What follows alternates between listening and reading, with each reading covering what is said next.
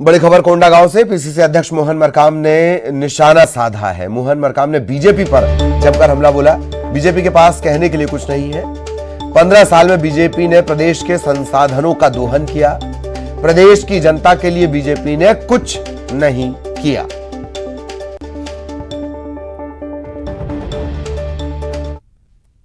Bharatiya Janata party के पास कहने के लिए कुछ नहीं है। लोगों का ध्यान भटाने के लिए इस ढंग से मुद्दे उठा रही है। 15 साल भारतीय जनता पार्टी का कार्यकाल भी देख लीजिए। सबसे ज़्यादा कुपोषण का प्रतिशत 42% भारतीय जनता पार्टी के राज में रहा। सबसे ज़्यादा गरीबी का तमगा वह भारतीय जनता पार्टी के शासनकाल में लगा।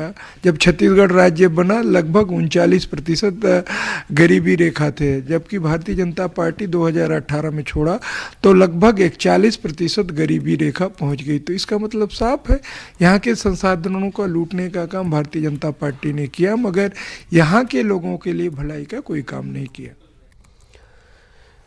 और सहयोगी ममता हमारे साथ जुड़ी हुई है। सीधे ममता के पास आपको लिए चलेंगे।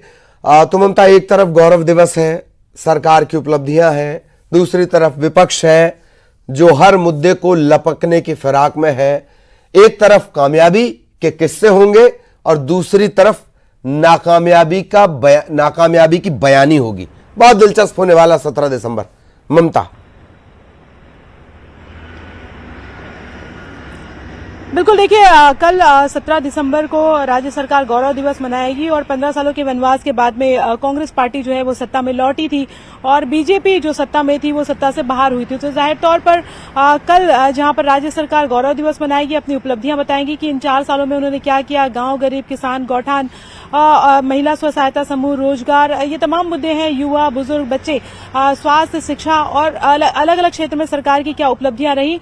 उसी तरीके से जो है भारतीय जनता पार्टी ने भी तैयारी करके रखी है कि जब सरकार गौरव दिवस मनाएगी तो वो विपक्ष के तौर पे जो है प्रेस कॉन्फ्रेंस लेगी और ये बताएगी कि उनका ऐसा दावा है कि वो डेटा निकाल कर बताएंगे कि कहां पर जो है वो सरकार का फेलियर रहा है। तो जाहिर तौर पर दोनों तरफ होंगे। एक तरफ जो है वो सेलिब्रेशन होगा और दूसरी तरफ अगर हम बात करें तो प्रेस कॉन्फ्रेंस के जरिए आलोचना की पूरी तैयारी है कि सरकार जो है वो इस सेलिब्रेशन के लिए अभी के लायक नहीं है, इस तरह का बताने की बीजेपी कोशिश होगी। तमाम विधायक, सांसद जो है उनको जिम्मेदारी दे दी गई है। जनप्रतिनिधि कांग्रेस ने अपने तमाम पदाधिकारियों को जो है जिम्मेदारी दी है कि गौरव दिवस पर क्या क्या करना है। गौठान समूह हो, चाहे स्व सहायता समूह हो, महिला स्व सहायता समूह हो, इसके अलावा अलग जो पूरे देश जो प्रदेश भर के जो दफ्तर हैं वहां पर गौरव दिवस को लेकर उत्सव मनाया जाएगा और योजनाएं कैसे कहां तक पहुंची। चूंकि इलेक्शन ईयर भी मान के चल सकते हैं, महज एक साल समय बचा हुआ है, कम समय ही बचा हुआ है।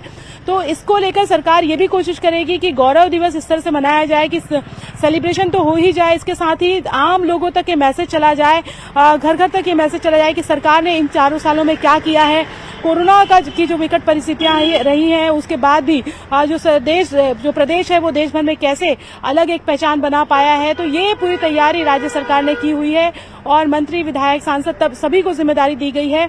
आम लोगों को भी इसमें शामिल किया जाएगा। गौठान जो संचालक है उनको और तमाम तरह के जो योजनाएं हैं, महिला स्व सहायता समूह की महिलाएं जो है, और ये है कि प्रदर्शन भी किया जाएगा कि किस तरह की चीजें जो है उपलब्धियों के तौर पर रही। और वही बीजेपी ने आज से तैयारी कर ली है। आज भी प्रेस कॉन्फ्रेंस होगी। इसके साथ ही अलग अलग जगहों पर बीजेपी के जो पदाधिकारी है वो प्रेस कॉन्फ्रेंस लेंगे। यानी कि सिमिलरली जहां पर प्रदेश में अलग अलग जगहों पर विधायक, सांसद और मंत्री अपनी उपलब्धियां गिनाएंगे, वहीं पर उसी टाइम पर जो है बीजेपी के अलग अलग पदाधिकारियों को अलग अलग जिले की जिम्मेदारी दी गई है जहां पर वो सरकार का फेलियर बताएंगे। जी चलिए, बहुत बहुत शुक्रिया ममता इस तमाम जानकारी के लिए। सहयोगी ममता विस्तार से जानकारी दे रही थी। अगली बड़ी खबर भी रायपुर से। रायपुर में कल आरएसएस की समन्वय बैठक होनी है। 2 दिनों तक ये समन्वय बैठक चलेगी। संघ के सभी संगठन इसमें शामिल होंगे। बीजेपी प्रदेश अध्यक्ष अरुण साव भी शिरकत करेंगे।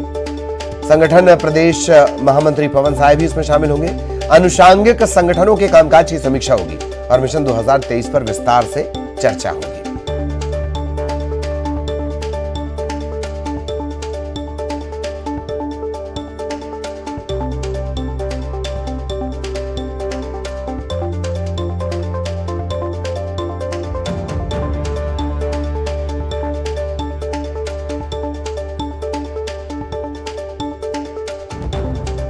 तो कल महत्वपूर्ण जो बैठक है आरएसएस की वो होनी है और तमाम जो अनुषांगिक संगठन है वो भी इसमें शामिल होंगे।